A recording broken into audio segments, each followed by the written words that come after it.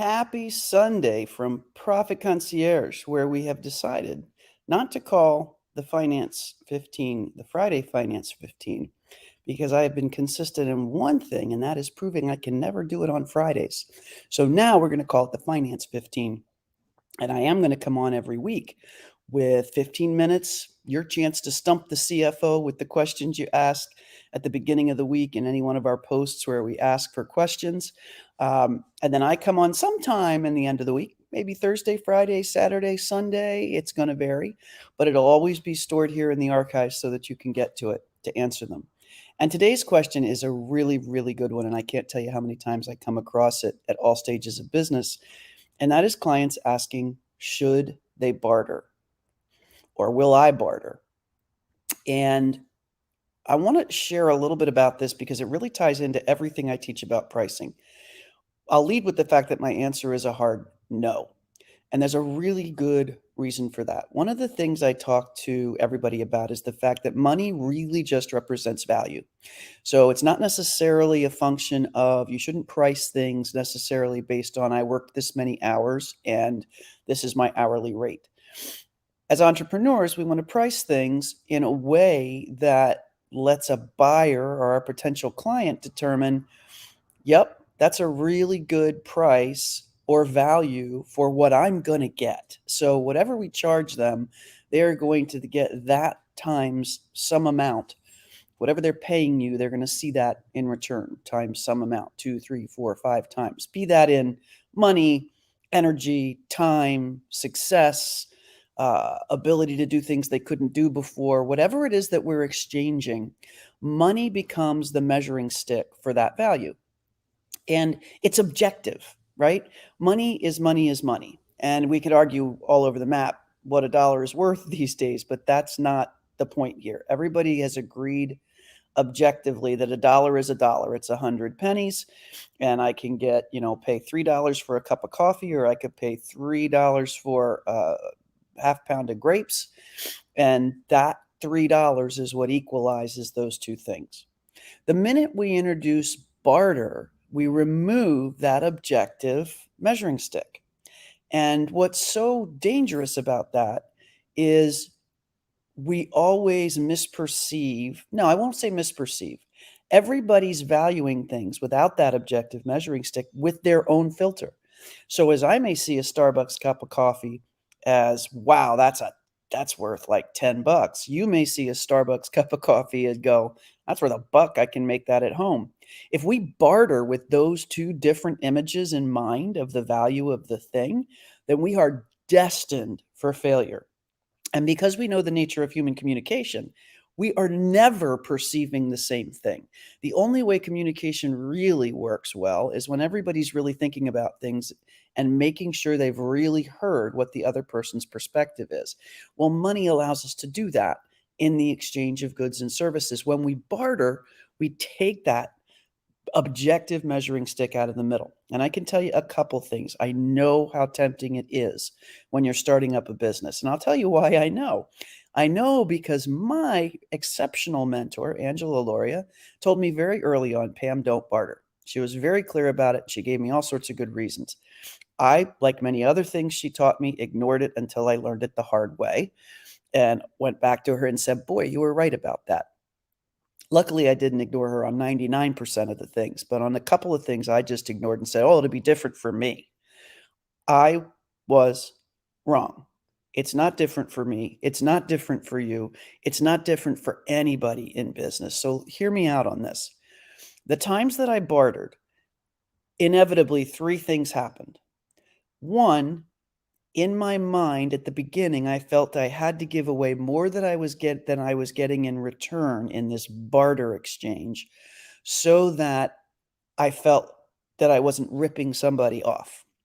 So I couldn't use my normal measuring stick of this is how much it costs for my service. I had to use my own translation of how much that person's service was going to be worth to me. So right out of the gate, although we didn't know it, we had a complete disagreement on what the value was of the services that we were trading because we're not talking the same language. So that's the first thing that happens. Really, you tend to underprice or undervalue yourself in a barter agreement, which leads to issue number two. Issue number two, because you've done that, they are by definition, hey there, little guy, you coming in to join us on this one? Hi. While we do that, then when we go to prioritize things in our business, we prioritize the paying customers.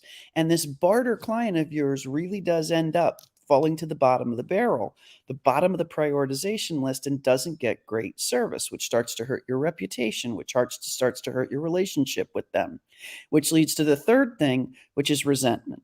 And I can tell you that every single barter agreement I've gotten into, and I still have one lingering one, I have some small bit of resentment about it. And that's hard to admit, right? But it's true. And instead of, I keep challenging myself to go back to that one last one and fix it. And I will at some point. The rest of the business, luckily, is taking up more time than not. So it's not as big a deal now. But at the beginning, it really was a big deal, those barter arrangements. You resent not getting that cash. You resent that you undervalued it in the first place. And you resent not using an objective measuring stick. We have money for a reason. And listen, I know that we think, well, I'm low on cash, so I have to barter. Well, let me just give you the flaw in that argument. If we all agree on a price and say it happens that my $1,000 is worth what I'm going to get from you, and you're going to get $1,000 worth from me, write the check, cut the credit card, move the cash. It's worth it for the clarity that it brings. Even though at the end of the day, you each have as much money in the bank. And yes, you can even argue with me that you have the bank fees taken out. I get it. It cost you a couple bucks, $3 to get that $1,000, $30 to get that $1,000. It's going to save a relationship. It's going to save you from resentment, and it's going to save you from undervaluing your services. Those are the three big reasons. So I am not a fan of bartering, but I'll tell you, it took me a long, long time to get there. And I don't want you to go down that path because it makes you make decisions that aren't healthy for you as the business owner. And since we're all here trying to make life easier for each other, I really wanted to share that, since the question, it came up in as one of the questions people want answered today. But I also get it a lot from my clients, especially the ones just getting out of the gate with the coaching or consulting business. Those particular services are really hard to value. I know, because we all struggle with pricing in the first place. And once we get to pricing and we have that measuring stick, you don't want to back off that. You've come so far in saying my service, my product is worth this much. You don't want to bring yourself down from that in some sort of bartering agreement. So anyway, that's my word on it. Back in the day, I think bartering made a ton of sense. It was very practical. It was very easy. In today's world, we have means to exchange objective amounts for each other's services. So I really suggest that you do that and stick to it and save yourself the undervalue, the resentment, and the damage to a relationship. If you want to talk about this, drop comments in here, whether you're watching live or you're watching on replay. Let me know what you think about this, because I've heard people argue on both sides of it, but I've firmly fallen onto this stance now. And I have gone back to my mentor, Angela Loria, and said, golly, you were really right on this one. I've done it probably in the 5 years I've been doing this work as an entrepreneur, actually 10 years, but 5 exclusively as an entrepreneur. I've probably done 5 barter arrangements. Not one of them has concluded without one of those 3 things happening. I undervalued it, or I resented the person in the end, or we damaged the relationship. So yeah, Dawn, check exchange is really healthy. Here in Ontario, it's a CRA rule, no in-kind service for not-for-profit and charities. I love that, Dawn. It makes so much sense. And I have to check and see if it's actually, no, we can do exchanges in kind in charities. And I should probably exclude that in particular from our conversation. If somebody's going to donate product and they're donating the product there's a specific value for it. Yeah, I'm not sure who this is. I barter way too much. Well, welcome to the company. I've done it myself. And what I would say is, identify those situations where you've done it and start to think about how you might turn it around. It might be as easy as picking up the phone and just saying, hey, you know what? I get the bartering thing and it makes sense, but in truth, nothing changes if we just exchange some money. And that bank fee to exchange the money is really worth this relationship. I don't want you to resent me. I don't want me to resent you. I don't want to deprioritize your stuff versus my quote unquote real clients. And that happens, folks. We have real clients, we have barter clients if we start to barter. And I think whoever's on the other end of that, show them this video and see what they have to say.